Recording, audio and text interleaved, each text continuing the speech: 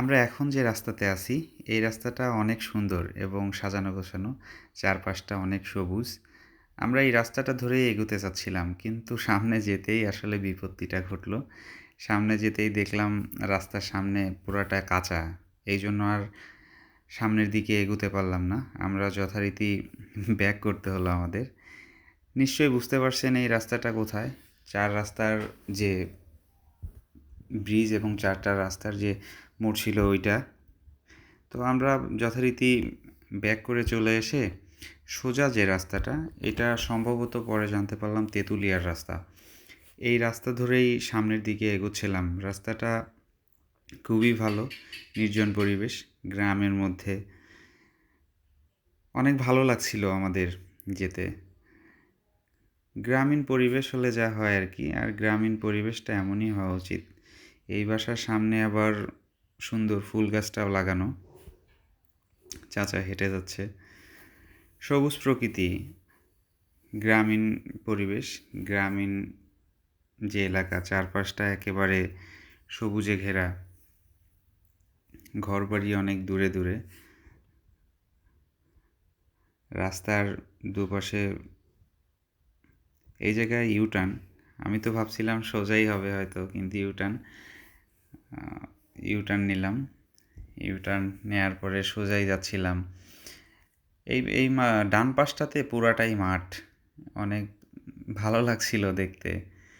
এই বাড়িটা সম্ভবত নতুন করছে, একেবারে টিনগুলা নতুন।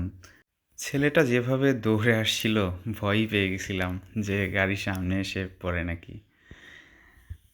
পুরাতন পাতাগুলো ঝরে যাচ্ছে নতুন পাতার আগমনে। এজন্য আরও সবুজ শ্যামল হয়ে গেছে প্রকৃতিটা। বাঁশের ঝোড়, মাঝখান দিয়ে রাস্তা।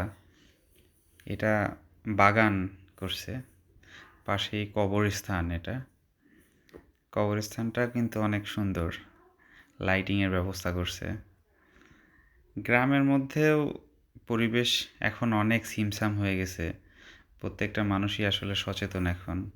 এই জায়গায় আবার ৩ রাস্তার মোড়, কোনটাতে যাব? ডান পাশে কিন্তু ঘোড়া বাঁধা ছিল, ঘোড়াটাও সুন্দর। তো আমরা সোজাই চলে গেলাম। সুমনকে অবশ্য জিজ্ঞেস করলাম যে এই রাস্তা দিয়ে আসলে সামনে বের হওয়া যাবে কি না। তো বলল যে হ্যাঁ ভাইয়া, বের হওয়া যাবে। ও এর আগে আসছিল একবার। তারপরেও কনফিউশনে ছিলাম আমরা যে অনেক দিন পরে গেলে যা হয় আর কি, অনেক সময় মিস্টেক হয়ে যায়। বিড়াল দৌড়ে পালাচ্ছে। এইখানটাতেও ২টা রাস্তা। সামনেই গেলাম, সামনেই যেতে বলল। ওরে বাবা, হাঁসটা রাস্তায় চলে আসছে। ওর তো পানিতে থাকার কথা, ও রাস্তায় কেন? তো আমরা যথারীতি সামনের দিকে এগুচ্ছিলাম। নামাজ পড়ার জন্য যাচ্ছে। দুপুর ছিল, আমরাও নামাজ পড়বো ভাবছিলাম। কিন্তু আমরা ভাবছিলাম যে ভালো একটা মসজিদে যেয়ে নামাজ পড়বো। এখানে একটা শিমুল গাছ ছিল, নতুন বাড়ি করছে। আন্টিকে বললাম আর ধুলা উড়াবেন না, অনেক বেশি ধুলা উড়াচ্ছিল ওই জায়গাটাতে। তো আমরা সামনের দিকে এগোচ্ছিলাম। অনেক ছিমছাম আর শান্ত পরিবেশ ছিল, গ্রামীণ পরিবেশ হলে যা হয় আর কি। এই ডান পাশটাতে একেবারে খোলা মাঠ, এই পাশগুলাতে বাড়ি। খুবই ভালো লাগছিল এই রাস্তাটাতে। এই বাচ্চাটা দাঁড়িয়ে আছে, আপনারা অবশ্য দেখতে পাচ্ছেন। এটা পুরাটাই মাঠ, গমের আবাদ করছে, আরও বিভিন্ন ধরনের শাকসবজি বা বাড়ি।